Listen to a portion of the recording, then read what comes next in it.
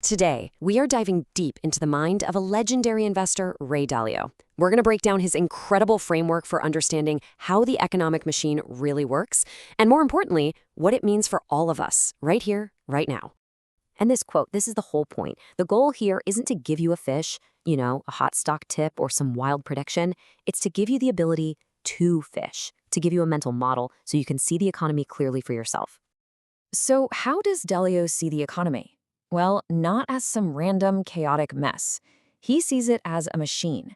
And like any machine, it has parts that you can understand. Once you see those parts, you start to see the logic behind why everything happens the way it does. He actually calls it a perpetual motion machine, and it's driven by a framework that is surprisingly simple.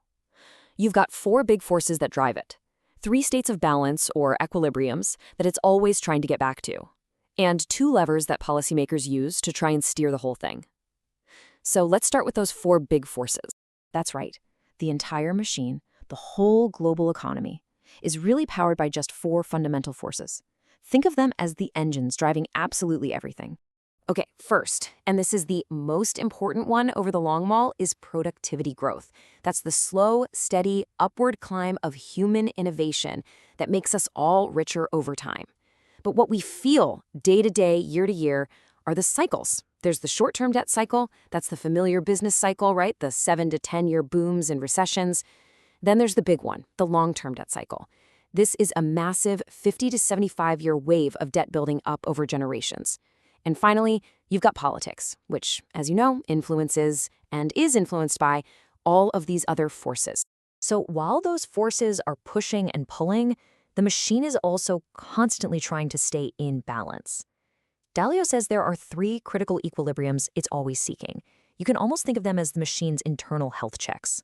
First, and this is just common sense, debt growth can't outrun the income you need to pay it back. If it does, you're heading for a cliff.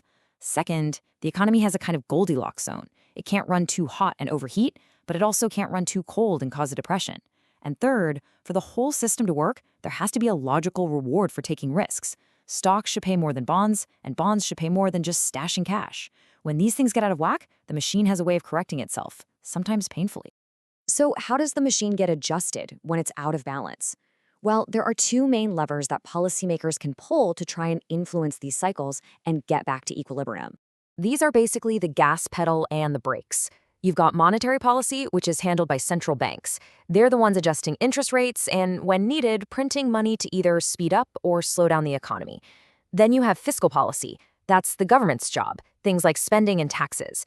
These two levers are constantly being used to manage the cycles, but as we're about to see, how well they work really depends on where we are in that big long-term debt cycle. Now, this is where Dalio's framework becomes a really powerful map. Because when you look at history, you can see these exact same cycles playing out again and again. It gives us an incredible tool for understanding what's happening right now. Just look at the long-term debt cycle in action. In 1929, we had a massive debt crisis. A few years later, by 1932, interest rates hit zero. Sound familiar? Let's fast forward. In 2008, another massive debt crisis. And by 2009, interest rates were, you guessed it, at zero again. The pattern is just uncanny, and Dalio's argument is that we are at the very end of one of these huge multi-decade cycles right now. I mean, the parallels between the 1930s and our current era are just striking. Back then you had the crash, rates hit zero, and then central banks started printing a lot of money. Today we have a fancier name for it, quantitative easing, but it's the same idea. And in both periods, that action helped asset prices, which widened the wealth gap. And in both periods, what followed was a huge surge in populism from both the left and the right. So let's use this map to pinpoint exactly where we are on it today. Because according to this framework, we are in a very specific and pretty challenging part of the cycle. Just let this number sink in for a second. Today, the total net worth of the top 0.1%, the top 0.1%, is about the same as the entire bottom 90% of the population combined. This isn't just some random statistic. It is a classic, defining feature of the late stage of a long-term debt cycle. And a wealth gap that extreme, well, it has consequences. It becomes a massive engine for the political conflict and polarization we see all around us. When a huge chunk of the population feels like the system just isn't working for them anymore, the political environment gets very, very tense. You can see this tension in the data. The political divide is now at a historic extreme. In the United States, for example, both major parties are further apart ideologically than at any other point in more than a century. This kind of division leads to gridlock, and it makes it incredibly hard to solve the big problems we're facing. And here is the kicker.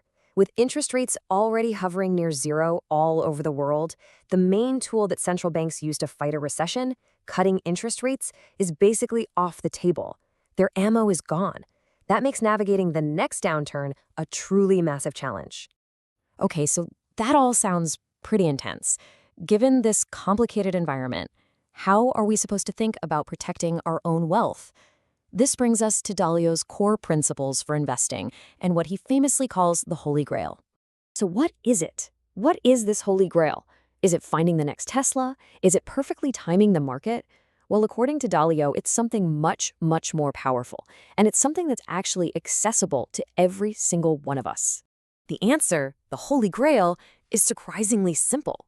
It's about finding good investments that are uncorrelated. All that means is finding investments that don't all move up and down together. So when your stocks are having a bad month, maybe your bonds or some other asset are doing just fine. The key is their fates aren't tied together. This leads to what he calls the principle of radical diversification. And get this, the math shows that if you can find just 15 of these good uncorrelated investments, you can reduce your portfolio's risk by almost 80%. And you do that without really hurting your expected returns.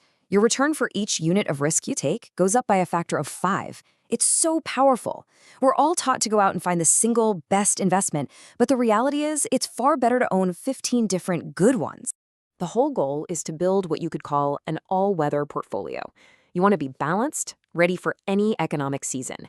You need some assets that do great when growth is rising, and others that do well when growth is falling.